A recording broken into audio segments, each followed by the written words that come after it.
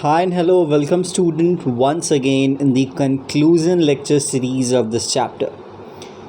Organising के chapter series में आज हम जिस कॉन्सेप्ट को डिस्कस करने वाले हैं वो है डेलीगेशन एंड डिसेंट्रलाइजेशन। अभी तक ऑर्गेनाइजिंग क्या होता है, ऑर्गेनाइजेशनल स्ट्रक्चर में functional, divisional, steps, merits, formal, informal, ये सारी चीज़ें हम जान चुके हैं। आज जिस टॉपिक को हम शुरू करेंगे वो टॉपिक काफ़ी ज़्यादा इम्पॉर्टेंट और एक्चुअली आपके लिए काफ़ी ज़्यादा कॉमन भी होने वाला है, क्योंकि आगे आने वाले जो भी लेसन्स हैं या चैप्टर्स हैं उन चैप्टर्स में आपको इस चीज़ को बार बार देखना होगा या सुनना या समझना होगा। मैनेजरियल लाइफ के लिए या फिर मैनेजरियल सीन के लिए, जो भी आप कहो, उसमें ये कॉन्सेप्ट काफ़ी ज़्यादा काम आता है और काफ़ी ज़्यादा रियलिस्टिक अप्रोच पे इसको समझना ज़रूरी हो जाता है। तो चलिए, जिस टॉपिक की हम बात कर रहे हैं उस टॉपिक का नाम है डेलीगेशन एंड डिसेंट्रलाइजेशन। याद होगा आपको फायोल के 14 प्रिंसिपल्स में से एक प्रिंसिपल जिसका नाम रहा था सेंट्रलाइजेशन एंड डिसेंट्रलाइजेशन। उस कॉन्सेप्ट को हमने बड़े तरीके से समझा भी था, ठीक है। जहाँ पे अथॉरिटी की बात होती है, रिस्पॉन्सिबिलिटीज़ की बात होती है, आपको याद होगा बताया गया था दैट विद इन ऑर्गेनाइजेशन हमें कम्प्लीटली सेंट्रलाइज्ड और कम्प्लीटली डिसेंट्रलाइज्ड अप्रोच का इस्तेमाल नहीं करना चाहिए। We should use proper mix of centralisation and decentralisation. और उस टाइम पे आपको बताया गया था कि जब पावर्स कुछ फ्यू हैंड्स में रहते, it's like only top level executive levels के पास पावर्स होते हैं, तो ये सेंट्रलाइज्ड अप्रोच होता है। बट अगर पावर डिसमिनेटेड होता है within entire organisation, this is what we call decentralised structure. और बीइंग अ मैनेजर ये चीज़ आपको समझना पड़ेगा कि ऐसे कौन कौन से वर्क हैं, ऐसे कौन कौन से सेगमेंट्स हैं, ऐसे कौन कौन से टास्क हैं जो कि सेंट्रलाइज होने चाहिए, डिसेंट्रलाइज होने चाहिए, ठीक है। If you remember I already marked you that कि अगर कुछ सीक्रेट टास्क हैं, फाइनेंशियल नेचर के हैं, तो वो सेंट्रलाइज स्ट्रक्चर पे ही चलने चाहिए, क्योंकि उसका डिस्क्लोज़र कॉमन को नहीं होना चाहिए, मतलब कॉमन एम्प्लॉयज़ को नहीं होना चाहिए, because it's secret. But obvious सी बात है, बट जो डेली रूटीन की चीज़ें हैं like a sales, like a HR, तो उस केसेस में हमें डिसेंट्रलाइज्ड स्ट्रक्चर अपनाना चाहिए। तो इन्हीं नॉलेज के साथ आज हम डेलीगेशन और डिसेंट्रलाइजेशन के कॉन्सेप्ट को समझने वाले हैं। तो चलिए, जिस टॉपिक को हम सबसे पहले शुरू करेंगे वो है डेलीगेशन। देखो भाई, डेलीगेशन की एकदम सीधी सी कहानी है। कोई भी इंसान कितना भी एक्सपर्ट क्यों ना हो, कितना भी स्पेशलिस्ट क्यों ना हो, कितना भी एक्सपीरियंस्ड क्यों ना, इट्स लाइक कि अगर उसकी 80 साल की उम्र है और मान लो कि उसके 60 साल का एक्सपीरियंस है, फिर भी वो भगवान नहीं है, वो इंसान है। विच मीन्स इट्स लाइक एक टर्म होता है जगलर विच मीन्स, अगर आपको याद होगा, आपने कभी एक जोकर को देखा होगा, वो बहुत सारे बॉल्स को एक साथ घुमाते जाते घुमा के करतब दिखाते, कभी 3 बॉल उछालता है, कभी 4, कभी 5, मोर देन 2 ही होते हैं। तो जब कोई भी इंसान मल्टीपल काम को परफॉर्म करता है एक साथ, जस्ट लाइक एक जोकर जो कि मल्टीपल बॉल्स को घुमा के करतब दिखाता है, this is what we call juggler, ठीक है। बट याद रख लीजिएगा कि मैनेजरियल लाइफ में जगलर का कोई पॉइंट ऑफ व्यू नहीं होता है। एक इंसान one man army as such इतना भी एक्सपर्ट फॉर्मेट में नहीं हो सकता है, विच मीन्स एक मैनेजर सारे काम को खुद से एफिशिएंटली एंड इफ़ेक्टिवली हैंडल नहीं कर सकता है। इस बात को अपने दिमाग में बैठाइएगा। मतलब जब एक मैनेजर के सर पे बहुत सारा काम होता है तो वो सारे काम को खुद से मैनेज नहीं करता, वो लुकआउट करता है कि इस काम को करने के लिए मुझे किसका साथ मिल सकता है। तो जब ये मैनेजर अपने कुछ काम अपने जूनियर्स को, अपने सबॉर्डिनेट्स को क्या करता है, शेयर करता है या बांटता है, क्या करता है, जो अपने मेन टास्क होता है, जब अपने सीनियर्स जो सीनियर्स होते हैं एक्चुअली, जब अपने सबॉर्डिनेट्स को बांटते हैं, देते हैं कि हाँ जी तुम ये काम कर दो, तुम ये काम कर दो, तुम ये काम कर दो, तुम ये काम कर दो, ठीक है। और उस काम को करने के साथ साथ, उस काम को देने के साथ साथ, उस काम की रिस्पॉन्सिबिलिटी को देने के साथ साथ उस काम में इस्तेमाल होने वाली जो अथॉरिटी होती है, मतलब अगर आपको काम मिल रहा है तो ऑब्वियसली बात है आपको डिसीजन मेकिंग पावर भी तो चाहिए ही चाहिए। तो जब वो मैनेजर, जब वो सीनियर अपने सबॉर्डिनेट्स को काम के साथ साथ डिसीजन लेने की अथॉरिटी भी देता है, this is what we called delegation. इसी को क्या कहा जाता है, डेलीगेशन कहा जाता है। समझिएगा, आमतौर पे अगर आप एडमिनिस्ट्रेशन की बात करते हो या डिप्लोमेसी की बात करते हो इंटरनेशनल लेवल पे, तो डेलीगेट का बड़ा टर्म यूज़ होता है। जब अपने कंट्री को रिप्रेजेंट करोगे आप इंटरनेशनल स्टेज पे, ठीक है, तो आपको कहा जाएगा कि इंडिया के डेलीगेट्स है, विच मीन्स इंडिया के रिप्रेजेंटेटिव्स हैं, मतलब इंडियन गवर्नमेंट का ये काम करने आए हैं। तो इसलिए डेलीगेशन, ये सारे वर्ड डेलीगेशन, डेलीगेट, रिप्रेजेंटेटिव, ठीक है, टास्क शेयरर, ये सारी चीज़ें लगभग एक कॉमन सेंस में ही यहाँ पे समझी जा सकती हैं। इसलिए ये आपके सामने इस बात को आपको इस बात को समझना पड़ेगा that a manager, no matter how capable he और she is, it doesn't matter कि वो कितना बेहतरीन है, कितना एक्सपर्ट है, कितना अच्छा है, सिंपल सी बात है, cannot manage to do each and every task on his or her own. सारा काम वो अपने से नहीं कर सकते हैं, ये ओवरलोड हो जाएगा और ये ओवरलोड कभी भी यहाँ पे इफ़ेक्टिव नहीं होगा, फ्रूटफुल नहीं होगा। तो इसी प्रोसेस में, इसी ऑर्डर में ये इंश्योर किया जाए कि जितने भी काम हैं वो प्रॉपरली एकम्प्लिश हों और ऑर्गेनाइजेशनल गोल अचीव हों, तो ही और she whoever must delegate authority. उन्हें काम के साथ साथ काम में इस्तेमाल होने वाले पावर को भी डेलीगेट करना चाहिए, मतलब बांटना चाहिए। This is the ultimate sense of delegation. Clear क्या? आप समझिएगा, आगे आपके सामने एक और पॉइंट कहा जाता है that delegation refers to transfer of authority from superior to subordinate. Simple सी बात है, अगर आपसे कोई पूछे कि डेलीगेशन का मतलब क्या है, तो मैं अपने साइड से आपको यहाँ पे एक और पॉइंट ऐड करने की एडवाइस दूंगा that delegation is not just only transfer of authority from superior to subordinate. Along with authority आप काम भी तो बांटते हो कि काम जाएगा तभी तो अथॉरिटी जाएगा। तो यहाँ पे बहुत लोग वर्क का टर्म यूज़ करते भी हैं या यूज़ नहीं भी करते हैं, सिंपली यहाँ पे पावर गेम यूज़ होता है, तो इसलिए आप यहाँ पे पावर टर्म यूज़ कर सकते हो, अथॉरिटी यूज़ कर सकते हो, ठीक है। अब साथ ही साथ ये भी कहा जाता है कि कोई भी अगर ऑर्गेनाइजेशन अपने आप को इफ़ेक्टिवली चलाना चाहती है या फिर कोई भी मैनेजर अपनी ऑर्गेनाइजेशन को इफ़ेक्टिवली या इफ़िशिएंटली चलाना चाहता है, तो याद रख लीजिएगा डेलीगेशन उसके लिए प्री रिक्विजिट का काम करेगा। डेलीगेशन होगा तो इफ़ेक्टिवली एडमिनिस्ट्रेशन मैनेज हो सकता है, अदरवाइज़ वो नहीं हो सकता है। बात सीधी सी है, ठीक है। साथ ही साथ यहाँ पे कहता है कि अगर कोई भी सीनियर डेलीगेशन करता है अपने सबऑर्डिनेट्स को, अपने जूनियर्स को काम बांटता है और काम के साथ साथ अथॉरिटी भी बांटता है, तो इस बात को अपने जहन में बैठा लीजिएगा, इस बात को अपने दिमाग में बैठा लीजिएगा कि इससे बस उस मैनेजर का फ़ायदा नहीं होता, इससे बस उस सुपीरियर का फ़ायदा नहीं होता, इससे फ़ायदा उस सबऑर्डिनेट का भी होता है। कैसे होता है समझिएगा ज़रा अपने लाइफ के एग्जाम्पल पे। देखो भाई, जिस तरीके से एक ऑर्गेनाइजेशन है उस तरीके से आपका घर है, जिस तरीके से ऑर्गेनाइजेशन में मैनेजर होता है उस तरीके से हमारे घर में हमारी मदर्स होती हैं, ठीक है। उसी तरीके से बहुत सारे लोग होते हैं, जैसे अगर देखा जाए हमारे घर में हमारा अलग रोल होता है, हमारे ग्रैंड पेरेंट्स का अलग रोल होता है, फादर का अलग रोल होता है, मदर का अलग रोल होता है। उसी तरीके से ऑर्गेनाइजेशन का भी यही फंडा होता है। जैसे कि मैंने कहा कि एक मैनेजर सब काम नहीं कर सकता, उसी तरीके से जो हमारी मदर्स हैं वो सारा काम खुद से नहीं कर सकती हैं, कर तो सकती हैं बट इसलिए वो काम को बांटती ताकि काम सही तरीके से हो। जब घर में खाना बनता है तो सब्ज़ी छीलने किसी काम और किसी और का काम होता है, बर्तन धोना किसी और काम होता है, बहुत बार मदर सारा काम खुद कर लेती है बट उसमें वक्त लग जाता है, तो इफेक्टिवनेस यहाँ पे मिस हो गया, ठीक है। अगर वक्त लग जाएगा सारे काम में और सारे काम सही समय पर नहीं होंगे तो काम होके भी क्या फ़ायदा, ठीक है। इसलिए बहुत बार आप देखते हो कि हमारे घर में छोटे बहुत स्कफल्स हो जाते हैं, अगर सही टाइम पे खाना नहीं बनता, अगर ऑफिस जाने के टाइम पे लंच नहीं तैयार होता, अगर आपकी बस छूट रही है तो लंच के लिए भागम भाग हो रही है। तो इसलिए काम तो सारा हो सकता है, एक इंसान कर सकता है बट इफ़ेक्टिवनेस कहीं ना कहीं मिस हो सकता है, इसके बहुत ज़्यादा चांसेस होते हैं। दैट्स वाई यहाँ पे उस काम को बांटा जा सकता है ताकि घर भी तरीके से मैनेज हो। अब मान लेते हैं एग्जाम्पल के तौर पे कि आपके घर में गेस्ट आए हुए हैं, ठीक है। अब गेस्ट आए हुए हैं तो सबकी ज़िम्मेदारी भैया बढ़ गई, ठीक है। पापा गेस्ट को एंटरटेन कर रहे हैं, मदर किचन में लगी हुई हैं, ग्रैंड पेरेंट्स इधर उधर लगे हुए हैं।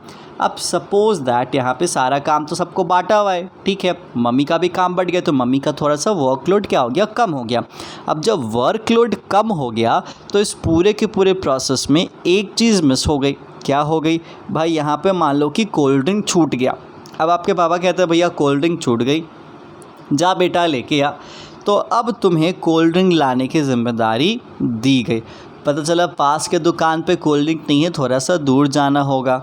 तो अब समझो कि तुम्हारे फादर ने कहा कि हाँ जी बाइक ले जा। ऐसे तुम बाइक मांगते रहते हो, तुमको नहीं मिलती है, नहीं अभी नहीं मिलेगा, अभी नहीं मिलेगा, अभी नहीं मिलेगा। लेकिन जब गेस्ट आए हैं तो उस काम को करने के लिए उस काम को आपको डेलीगेट किया गया और फिर आपको अथॉरिटी भी दी गई और आपको बाइक की चाबी भी दी गई कि हाँ जी जाओ बाइक से लेके आओ कोल्ड ड्रिंक। अब तुम्हारा मन अंदर से बाग बाग, मन में तुम्हारे लड्डू फूट रहे हैं। तो अब क्या समझे इस बात से? इस बात से यही समझे ना आप कहीं ना कहीं कि हाँ जी जब पेरेंट्स ने आपको काम डेलीगेट करा तो उनका भी फ़ायदा हुआ, उनका वर्कलोड तो कम हुआ ही हुआ, आपको भी खुशी मिली, आपको भी बाइक या स्कूटी चलाने को मिला कहीं ना कहीं, और आपको भी एक्सपीरियंस आया कि हाँ जी हम बाइक को और अच्छे से चला सकते हैं। Same in the case of organisational management.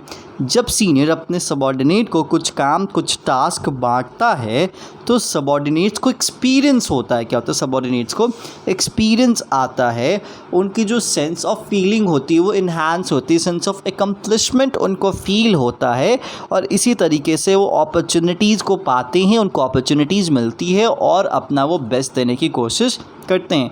तो इसीलिए जो डेलीगेशन है वो ना ही बस मैनेजर को फ़ायदा देती है, साथ ही साथ सबॉर्डिनेट को भी फ़ायदा देती है।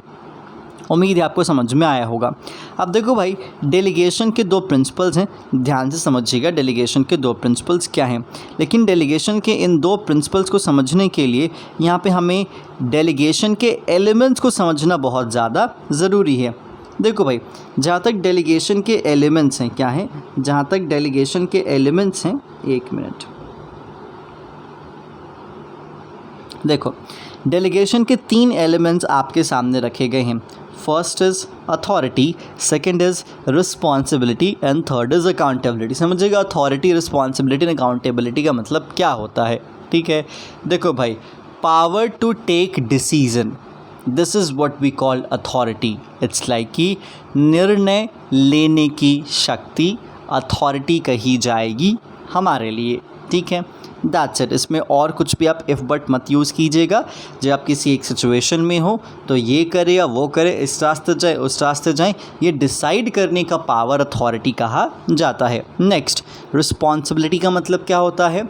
उस काम को कंप्लीट करने की जो जिम्मेदारी होती है, that's called obligation to complete और perform the task is considered as responsibility. So authority is power to take decision and responsibility is obligation to perform and complete the task. This is what we call responsibility. ठीक है, अब देखो भाई, जहाँ तक authority की बात आती है तो authority top to bottom flow करता है। टॉप का मतलब टॉप लेवल अथॉरिटी मिडिल को देगा, मिडिल लेवल अथॉरिटी किसको देगा? लोअर लेवल को देगा। तो इसलिए हमेशा अथॉरिटी कैसे फ्लो करती है? टॉप टू बॉटम फ्लो करती है। ठीक है, रिस्पॉन्सिबिलिटी जो अराइज होती है वो सीनियर और सबॉर्डिनेट के रिलेशन के बेसिस पे क्या होती है? अराइज होती है और ये अपवर्ड फ्लो करता है। इट्स लाइक कि जो रिस्पॉन्सिबल होता है ऊपर वाला सबसे ज़्यादा रिस्पॉन्सिबल होता है। ठीक है, जैसे अगर जो जूनियर्स हैं उनका काम सही से नहीं हो तो कौन रिस्पॉन्सिबल होगा? सीनियर ही होगा। अगर लोअर लेवल सही से काम नहीं करता तो मिडिल से पूछा जाएगा, मिडिल नहीं करता तो टॉप से पूछा जाएगा। Simple is that. ठीक है, एंड एट लास्ट अकाउंटेबिलिटी।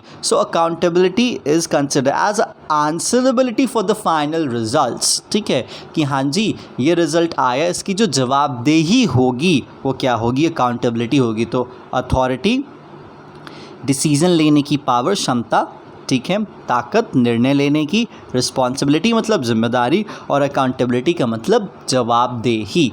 तो इन तीनों चीज़ों को आप समझना और ध्यान से समझना। ठीक है, तो उम्मीद आपको समझ में आया होगा। इसलिए जब आपसे कोई पूछे कि बताओ अकाउंटेबिलिटी क्या है, रिस्पॉन्सिबिलिटी क्या है, अथॉरिटी क्या है, तो आप उन टेक्निकल टर्म्स का इस्तेमाल करेंगे। मैं आपको ज़्यादा फिर से बता देता हूँ।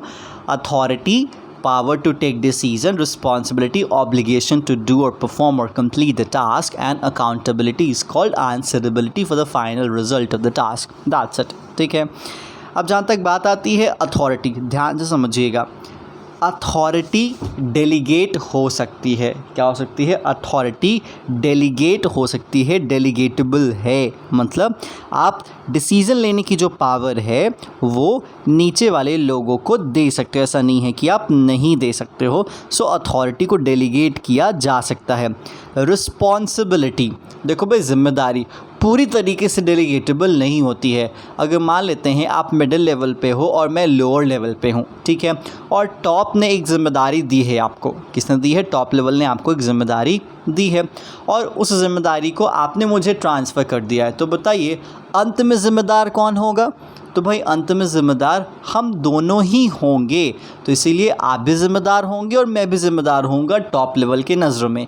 तो इसीलिए जो रिस्पॉन्सिबिलिटी है, जो ज़िम्मेदारी है, वो कम्प्लीटली डेलीगेट नहीं की जा सकती। आपकी भी कुछ ज़िम्मेदारी है, मेरी भी कुछ ज़िम्मेदारी है, लेकिन जब जवाबदेही की बात आएगी, आंसरेबिलिटी की बात आएगी, भाई मैं तो गायब हो जाना है। कौन जवाब देगा टॉप के सामने? आपको जवाब देना है। टॉप आपसे पूछे, क्योंकि कहेगा वो कि काम किसको दिया था, तुम कहोगे मुझे, तो पूछेंगे किससे, तुम कहोगे मुझसे। तो simple as that. So authority can be delegated completely, responsibility partially, but accountability और आंसरेबिलिटी नेवर बी डेलीगेटेबल। उसको आप डेलीगेट नहीं कर सकते हो, इस बात को ध्यान से समझ लीजिएगा। मीनिंग की बात आती है अथॉरिटी, राइट टू कमांड, मतलब power to take decision, that's it. Responsibility, obligation to perform the task, and accountability which means answerability for the outcome और फाइनल रिजल्ट। ऑरिजिन, अब बात आती है अथॉरिटी शुरू कहाँ से होता है और ओरिजिनेशन पॉइंट क्या है अथॉरिटी का, ठीक है। देखो भाई, formal position, manager, general manager, assistant general manager, MD, CEO, CO, ये जो पद होते हैं, इट्स लाइक ये जो पोजीशंस होते हैं, डेजिग्नेशंस होते हैं, वो डेजिग्नेशंस ही अथॉरिटी को जन्म देते हैं, ठीक है। रिस्पॉन्सिबिलिटी कैसे आता है? तो जब अथॉरिटी आता है तो रिस्पॉन्सिबिलिटी आता है। कहते हैं ना कि ताकत और क्षमता के साथ साथ जिम्मेदारी भी आती है, दिस काइंड ऑफ थिंग, ठीक है। तो इसीलिए जब हम रिस्पॉन्सिबिलिटी की बात करते हैं तो रिस्पॉन्सिबिलिटी हमेशा अथॉरिटी से तैयार होती है, ठीक है। और जब आप जिम्मेदार होंगे, जब आप रिस्पॉन्सिबल होंगे, तो आंसरेबल भी कौन होगा? आंसरेबल भी आप ही होगे। इस बात को ध्यान में रखिएगा, ठीक है। जैसे एग्जाम्पल के तौर पे बताएं तो हमारे संविधान में, हमारे कॉन्स्टिट्यूशन में गवर्नमेंट को पावर्स दिए गए हैं। किसको दिए गए? गवर्नमेंट को पावर्स दिए गए, यूनियन ऑफ इंडिया को पावर दिया गया है, ठीक है। अब वो पावर कैसे आएगी? इलेक्शन से। हम उनको चुनेंगे, गवर्नमेंट को चुनेंगे, तो संविधान में जो गवर्नमेंट है उसको वहाँ से पावर आएगी, ठीक है। और जैसे ही वो चुन के जाएंगे तो उनकी रिस्पॉन्सिबिलिटी हो जाएगी और फिर उनकी ही क्या होगी? जवाबदेही होगी। तो याद रख लीजिएगा, शक्ति से जिम्मेदारी और जिम्मेदारी से जवाबदेही। Authority leads to responsibility and responsibility leads to answerability. This is the connection. Flow कैसे होता है इनका?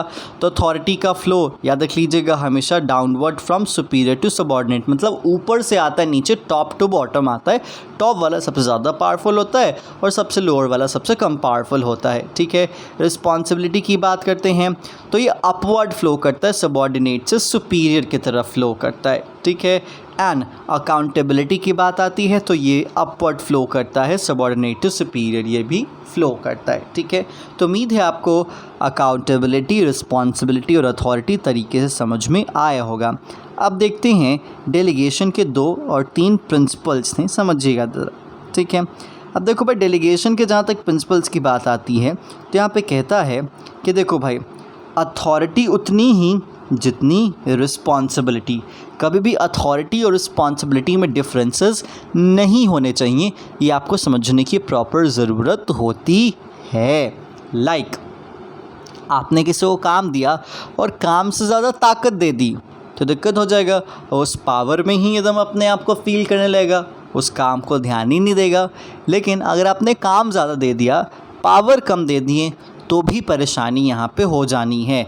तो इसीलिए बहुत बार अथॉरिटी ज़्यादा होते तो अथॉरिटी के मिसयूज़ होने के चांसेस होते हैं, और अगर रिस्पॉन्सिबिलिटी ज़्यादा होती है तो काम के इनइफेक्टिव होने के चांसेस ज़्यादा हो जाते हैं। तो इसीलिए याद रख लीजिएगा कि जो अथॉरिटी और जो रिस्पॉन्सिबिलिटी दिए जा रहे हैं उन दोनों का प्रॉपर बैलेंस हो। अगर बैलेंस नहीं हुआ तो दिक्कत ऑर्गेनाइजेशन को ही होने वाली। रिस्पॉन्सिबिलिटी ज़्यादा, अथॉरिटी कम, तो वो ब्लेम करेगा। अथॉरिटी ज़्यादा, रिस्पॉन्सिबिलिटी कम, तो उस अथॉरिटी का मिसयूज़ करेगा। तो इसीलिए अथॉरिटी जो ग्रांट किया जाएगा must be equal to the responsibility assign. Next, delegation does not means abdication, ठीक है।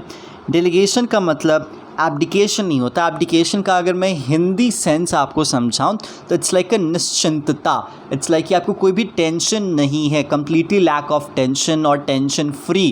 कहते हैं ना कि भाई मैंने उसको काम तो दे दिया, अब वो जाने मुझे क्या। जैसे मान लेते देखते हुए घर में कि जब भी मम्मी हमारे कुछ काम देती है तो बार पूछती है हो गया क्या, कैसे किया, कब किया, कहाँ किया, पूछती है। तो एब्डिकेटेड नहीं होती है, वो अपनी जिम्मेदारी फील करती है क्योंकि काम होना चाहिए और जिसको काम दिया है देने के बाद कंप्लीटली सो नहीं जाना है, चेक करते रहना है कि वो बंदा काम कर रहा है, बंदा काम नहीं करा। तो इसीलिए यहाँ पे बीइंग अ मैनेजर ये भी आपको सीखना चाहिए, समझना चाहिए कि जब भी काम अपने सबॉर्डिनेट को आप बांटेंगे तो जाके अपने एसी वाले केबिन में आप सो मत जाइए, अपने सबॉर्डिनेट के साथ मिल के अगर हो सके तो उस काम को कीजिए। उससे पूछिए भाई कोई प्रॉब्लम है, कुछ हेल्प चाहिए, कुछ समझ में नहीं आ रहा या कुछ पंगा है तो आके मेरे को कांटेक्ट कर लेना, मैं बता दूंगा तुम्हें। तो इसीलिए delegation does not mean abdication. आप सो मत जाइए, डेलीगेशन दे के आप उसको एक बार चेक करते रहे कि हाँ जी काम कहाँ पे पहुँचा, कहाँ पे नहीं पहुँचा। तो इसीलिए यहाँ पे कहा जाता है इसे कहा जाता है principle of absoluteness of accountability. ठीक है, तो इसलिए याद रख लीजिए यहाँ पे कहता है the manager shall still be accountable for the performance of the assigned task. He और she can not escape from the responsibility for any default or mistake on the part of his or her subordinate. This is known as principle of absoluteness of accountability. For example, suppose the directors of the company manufacturing computer have asked their marketing manager to achieve the target sale of 100 computers per day. The marketing manager has delegated the task to his or her deputy sales manager working under him or her. Deputy sales manager could not achieve the target. In this case, the marketing manager is responsible. तो बात वही हो गई, ये काम भले ही आपने दे दिया लेकिन जवाबदेही तो आपकी ही है ना, तो आपको उसके साथ मिलके उस चीज़ को देखना चाहिए कि काम कहाँ तक पहुँचा। तो ये हुआ आपका दूसरा प्रिंसिपल। तीसरा principle, the authority granted to subordinate can be taken back and redelegated to another person. ठीक है, यहाँ पे बात साफ साफ कहता है कि देखो भाई, अगर आपने डेलीगेट करा है अथॉरिटी, मतलब डिसीज़न लेने की अगर पावर आपने उस बंदे को दिया है तो वो पावर वापस भी ली जाए, ऐसा प्रोविज़न होना चाहिए। अदरवाइज़ अगर एक बार पावर दे ही दिया तब तो पंगा हो जाएगा। याद होगा हमारे हिंदू माइथोलॉजी में एक स्टोरी है भस्मासुर की। ठीक है, एक बड़ा राक्षस हुआ करता था, काफ़ी बड़ा राक्षस था। उसने भगवान विष्णु की आराधना की और भगवान विष्णु से उसने वरदान मांगा कि मैं जिसके सर पे हाथ रखूँ वो भस्म हो जाए। ठीक है, भगवान विष्णु ने कहा तथास्तु। अब भगवान विष्णु ने तथास्तु तो कर दिया, ठीक है, बट इस चक्कर में बेचारे खुद फंस गए। उन्होंने उस भस्मासुर को पावर तो दे दी कि जिसके सर पे हाथ रखो भस्म हो जाएगा, बेचारे खुद टेंशन में आ गए। अब क्योंकि उन्होंने वरदान दिया था तो वो वापस ले नहीं सकते थे। अब वो भस्मासुर उन्हीं के पीछे ही पड़ गया कि लाओ भाई हमें तुम्हें कोई भस्म कर दें। तो ऐसा नहीं होना चाहिए। अगर ऐसा हुआ तो भगवान विष्णु की तरह परेशानी बीइंग अ मैनेजर आपको ही हो जानी है। तो इसीलिए जब आप डेलीगेशन करें, जब आप डेलीगेट करें अथॉरिटी, ठीक है, तो वो अथॉरिटी आप वापस भी ले सकें। ऐसा सिनेरियो, ऐसा सीन होना चाहिए ताकि कोई पर्सन लेथार्जिक ना हो और कहते हैं ना कि ईगोइस्टिक ना हो जाए, वो ईगो में ना हो जाए कि चलो अब तो मेरे पास पावर आ गया, मेरा कोई कुछ उखाड़ नहीं सकता। तो ऐसा नहीं होना चाहिए। तो ये 3 प्रिंसिपल्स डेलीगेशन के वक्त आप ध्यान रखेंगे। सबसे पहली चीज़ डेलीगेशन ऑफ अथॉरिटी उतनी ही जितनी रिस्पॉन्सिबिलिटी असाइन की गई है। दूसरी, delegation doesn't means complete abdication. And third, the authority granted to a subordinate can be taken back and redelegated to another person. तो ये 3 सीन आप समझिएगा डेलीगेशन के समय पे। चलिए अब कुछ एक स्टेप आगे चलते हैं। ये तो बात होगी, हमने ये सब देख लिया। देखो भाई, इतना तो आप समझ चुके होंगे कि डेलीगेशन का फ़ायदा क्या है। क्या है डेलीगेशन का फ़ायदा क्या है? अब अपने घर से ही देखिएगा कि अगर मम्मी काम बांटती हैं तो क्या फ़ायदा हो सकता है हमारे घरों को। सबसे पहली चीज़, इफ़ेक्टिव मैनेजमेंट ऑब्वियसली बात है, सारा काम सही समय पे और सारा काम सही तरीके से होगा। जो एम्प्लॉयज़ होंगे मोटिवेट होंगे कि हाँ जी हमारे को भी काम मिल रहा है, पावर दिए जा रहे हैं, रिस्पॉन्सिबिलिटी दी जा रही है, तो एम्प्लॉयज़ भी अच्छे खासे मोटिवेट होंगे। साथ साथ एम्प्लॉय का फ्यूचर भी डेवलप होगा, वो नई स्किल्स भी सीखेंगे और ऑर्गेनाइजेशनल ग्रोथ तो कंफर्म होने वाला है, क्योंकि ऑर्गेनाइजेशनल ऑब्जेक्टिव इंसान बड़े तरीके से यहाँ पे आराम से अचीव कर सकता है, ये पॉसिबल है। साथ ही साथ जब आप काम बांटते हो अपने सबॉर्डिनेट्स के बीच में तो अच्छे खासे कोऑर्डिनेशन के चांसेस होते हैं, मतलब कोऑर्डिनेशन बड़ा तरीके से हो पाता है, ये पॉसिबल हो जाता है। क्योंकि जब डेलीगेशन होता है, डेलीगेशन में आप अथॉरिटी दे रहे हो, रिस्पॉन्सिबिलिटी दे रहे हो, आंसरेबिलिटी तो आपके पास ही है, तो कोऑर्डिनेशन बड़ा तरीके से और सही से होता है और इस तरीके से एक मैनेजमेंट की हायरार्की तैयार होते हैं। हायरार्की इट्स लाइक कि सबसे ऊपर कौन, उसके नीचे कौन, उसके नीचे कौन, तो मैनेजमेंट बड़ा क्लियर स्ट्रक्चर दिखाता है, बड़ा क्लियर तरीका पता चलता है, काम बड़ा सही से हो जाता है क्योंकि सबको अपना अपना काम पता है, अपने अपने पावर्स भी लोगों को पता होते हैं। चलिए भाई, यहाँ पे आपका डेलीगेशन की कहानी ख़त्म होती है। अब हम आते हैं डिसेंट्रलाइजेशन। समझिएगा ज़रा, एक छोटी सी लाइन है, when you multiply by two this is what we call delegation, but when you multiply it by many this is what we call decentralisation. मतलब जब सीनियर और सबॉर्डिनेट के बीच में अथॉरिटी का एक्सचेंज होता है, जब सीनियर अपने एक सबॉर्डिनेट को अथॉरिटी देता है, this is what we called delegation. तो इसलिए कहा जाता है when multiply by two this is what we call delegation. लेकिन यही काम इंटायर ऑर्गेनाइजेशन में हो, मतलब सारे सीनियर अपने सबॉर्डिनेट को काम देने लगें, वेदर वो टॉप हो, मिडिल हो, लोअर हो, तो ये क्या कहा जाएगा? ये कहा जाएगा डिसेंट्रलाइजेशन। तो इसीलिए कहा जाता है जो आपके डेलीगेशन का जो ब्रॉडर वर्जन है, जो बिग फेस है, वही क्या है? Decentralisation. So decentralisation refers to systematic delegation of authority through all the levels of management and in all departments except that which can be exercised only at central points and decision making authority to push down the chain of command. तो इसलिए बात simple सी है, systematic delegation of authority with an entire organisation is considered as decentralisation. लेकिन आपको पहले बताया गया है कि कंप्लीट डिसेंट्रलाइजेशन किसी भी ऑर्गेनाइजेशन के लिए अच्छा नहीं है। सीक्रेट टास्क में सेंट्रल पॉइंट्स पे कभी भी कभी भी डिसेंट्रलाइजेशन का इस्तेमाल नहीं करना चाहिए। उम्मीद है आपको समझ में आया होगा कि डिसेंट्रलाइजेशन है क्या। आप मानो कि डेलीगेशन का एक बड़ा पिक्चर, बिग पिक्चर, ठीक है। देखो आपके सामने इस चीज़ को वो मार्क भी कर रहा है।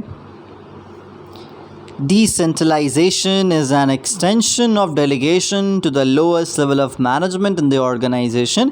It amounts to pushing down authority to all managerial level. That's it. देखिए आगे वो लाइन जो कि मैंने आपको शुरुआत में बोली थी, when we delegate authority we multiply it by 2, when we decentralize authority we multiply it by many. दो लोगों के बीच में हो तो डेलीगेशन और बहुत सारे लोगों के बीच में हो तो डिसेंट्रलाइजेशन। That's it. देखो भाई, डेलीगेशन और डिसेंट्रलाइजेशन का कुछ डिफरेंस बता रहा है। चलिए देखते हैं।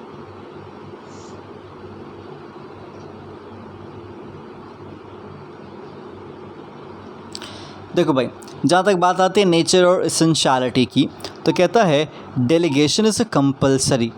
डेलीगेशन क्या है? बहुत ज़्यादा ज़रूरी है, क्योंकि कोई ना कोई मैनेजर तो होगा ना जिसके पास ओवरलोड वर्क होगा, वर्क का ओवरलोड होगा फॉर श्योर, ठीक है।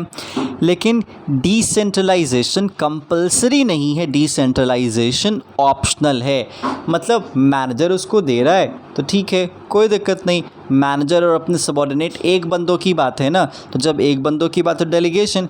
लेकिन जब इंटायर ऑर्गेनाइजेशन की बात होती है तो इंटायर ऑर्गेनाइजेशन में डिसेंट्रलाइजेशन का फंडा होता है और इसके लिए कोई कंपलसरी नहीं होता। बहुत सारे लोग इस चीज़ को शेयर नहीं करना चाहते, बहुत सारे इस चीज़ को, इस पावर को देना नहीं चाहते ऑर्गेनाइजेशन में, तो अब ज़बरदस्ती ज़बरदस्ती नहीं दिलवा सकते हो, ठीक है। तो इसलिए decentralisation is completely optional but delegation is compulsory, क्योंकि एक इंसान कभी भी भगवान का काम नहीं कर सकता है, सारे काम एक तरीके से नहीं कर सकते, जगलर वाला फंडा नहीं होता है मैनेजमेंट में, ठीक है। नेक्स्ट, सिग्निफिकेंट या पर्पस। तो एक बार डेलीगेशन का सीधा सा फंडा है, आपको पता होगा कि भाई ये मैनेजर के बर्डन को क्या करता है, रिड्यूस करता है, और रिड्यूस होना ही चाहिए। लेकिन डिसेंट्रलाइजेशन में आमतौर पे जो सबॉर्डिनेट्स जो जूनियर्स हैं उनके रोल्स को बढ़ाया जाता है, उनकी जो ऑटोनॉमी होती है उनको और इन्हांस किया जाता है। ये पर्पस होता है डिसेंट्रलाइजेशन का। स्कोप की बात आती है तो ऑलरेडी आपको पता होना चाहिए, डेलीगेशन एक छोटे लेवल पे काम करता है, नैरो स्कोप है, और डिसेंट्रलाइजेशन एक ब्रॉडर और वाइडन स्कोप पे काम करता है। फ्रीडम ऑफ एक्शन, तो याद रख लीजिएगा डेलीगेशन में स्टिल सुपीरियर्स के पास ज़्यादा कंट्रोल होता है और जो जूनियर्स होते हैं उनके पास कम कंट्रोल होता है, ठीक है। लेकिन जब आप डिसेंट्रलाइजेशन की बात करते हो तो यहाँ पे कहता है less control over executive, hence greater freedom of action. मतलब आमतौर पे जब आप डिसेंट्रलाइजेशन की बात करते हो तो डिसेंट्रलाइजेशन में आमतौर पे एग्जीक्यूटिव से कंट्रोल कम होता है, टॉप पे कोई कंट्रोल नहीं करता, इसलिए वो कम्प्लीटली फ्री होते हैं, जो भी उनको पॉलिसी बनाना डिसीजन लेना है वो ले सकते हैं। नेक्स्ट बात आती है स्टेटस की, तो यहाँ पे कहता है it is a process follow to share the task. मतलब डेलीगेशन एक सिंपल सी एक्टिविटी है, एक डेली एक्टिविटी है जहाँ पे हम अपने काम को अपने जूनियर्स के साथ बांट लेते हैं। लेकिन जब आप डिसेंट्रलाइजेशन की बात करते हैं तो डिसेंट्रलाइजेशन यूँ ही नहीं होता, डिसेंट्रलाइजेशन एक इम्पॉर्टेंट डिसीज़न होता है जो कि इंटायर ऑर्गेनाइजेशन के लिए लिया जाता है और ये टॉप लेवल मैनेजमेंट बड़ा सोच समझ के लेता है। तो actually decentralisation is a policy but delegation is a routine work, that's it. Withdrawal of authority, याद रख लीजिएगा इन केस ऑफ डेलीगेशन अगर मैंने अथॉरिटी दिया है तो मैं तुरंत वापस ले सकता हूँ, क्योंकि ये ऑर्गेनाइजेशनल पॉलिसी नहीं है। लेकिन जब डिसेंट्रलाइज्ड ऑर्गेनाइजेशन का स्ट्रक्चर है तो वहाँ पे डिसीजन मेकिंग अथॉरिटी है वो नीचे की तरफ मतलब जूनियर्स को दिए जाते हैं, और यूं ही जब मन चाहे तब विड्रॉ नहीं किया जा सकता, क्योंकि वो पॉलिसी है ना ऑर्गेनाइजेशन की, और ऑर्गेनाइजेशन की पॉलिसी यूं ही जब मन चाहे बना दिया, जब मन चाहे इंप्लीमेंट कर दिया, जब मन चाहे वापस कर लिया, ऐसा नहीं होता है, ठीक है। नेक्स्ट अब बात आती है लेवल ऑफ अथॉरिटी। तो इन केस जो डेलीगेशन होता है तो डेलीगेशन के केसेस में याद रख लीजिएगा स्टिल जो सबसे ज़्यादा अथॉरिटी होती है वो टॉप लेवल के पास ही होती है।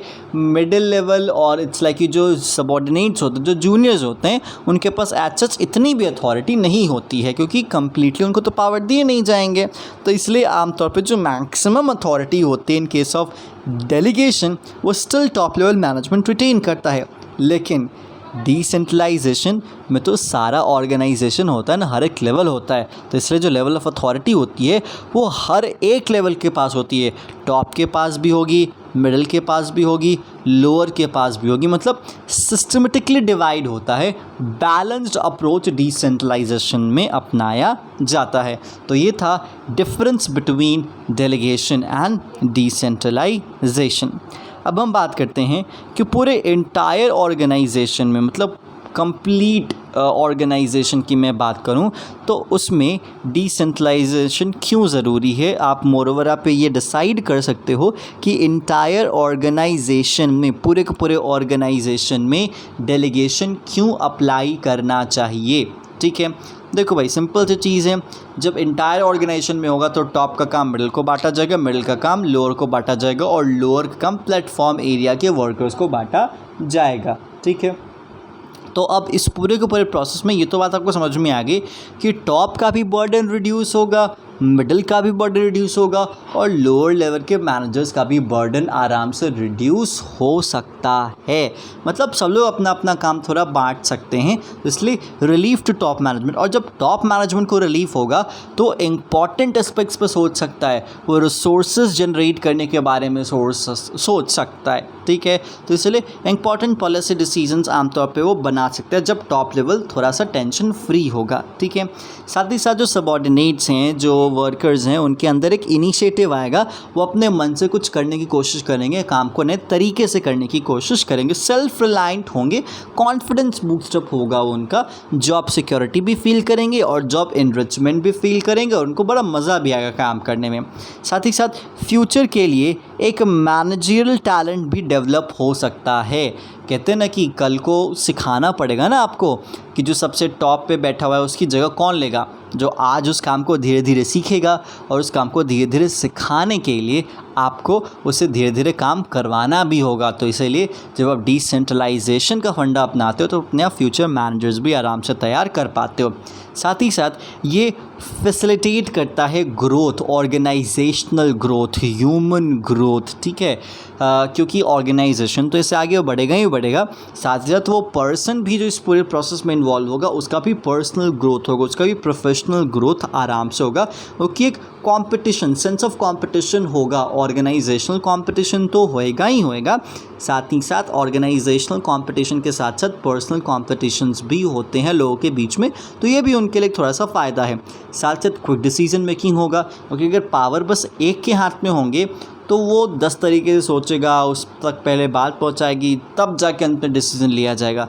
लेकिन जब सबके हाथों में थोड़े थोड़े पावर्स बाइफरकेट किए गए हैं, दिए गए हैं, तो सब लोग अपने अपने लेवल पे डिसीजन ले सकते हैं। तो क्विक डिसीजन मेकिंग के चांसेस बहुत ज़्यादा होंगे, विच मीन्स इफेक्टिवनेस का फंडा आएगा, क्योंकि लॉन्ग चैनल जो कहते हैं ना पूरा का पूरा स्कैलर चेन से आप आराम से बच सकते हो। साथ ही साथ इसके थ्रू आप एक बेटर कंट्रोल भी मेंटेन कर सकते हो। ऑर्गेनाइजेशन में एक दूसरे पे आराम से बेटर चेक बनाया जा सकता है। टॉप आराम से मिडिल को कंट्रोल कर सकता है, मिडिल लोअर को कंट्रोल कर सकता है। ओके, कंट्रोल का मतलब क्या आपको ऑलरेडी बताया गया है कि जो हमने टारगेट सेट करा था, क्या सेट करा था, जो टारगेट सेट करा था और जो हमारा एक्चुअल रिजल्ट आया है, ये दोनों इक्वल है या इक्वल नहीं है, और इसको इक्वल करने की जो पूरी कोशिश होती है उसी को क्या कहा जाता है, कंट्रोल कहा जाता है। तो इसीलिए decentralisation leads to better control by evaluating the performance at each level of management. हर एक लेवल ऑफ मैनेजमेंट का परफॉर्मेंस इवैल्यूएट किया जा सकता है, उनसे जवाब मांगा जा सकता है। इंडिविजुअल कंट्रोल भी हो सकता है, डिपार्टमेंटल कंट्रोल भी हो सकता है, और हर एक लेवल से आपको फीडबैक भी मिलेंगे ताकि जो आपका ऑपरेशन हो, ऑपरेशन में जो इफेक्टिवनेस और एफिशिएंसी हो उसको थोड़ा सा क्या किया जा सके, बढ़ाया जा सके या बूस्टअप किया जा सके। तो ये फंडा होता है आपके डिसेंट्रलाइजेशन का।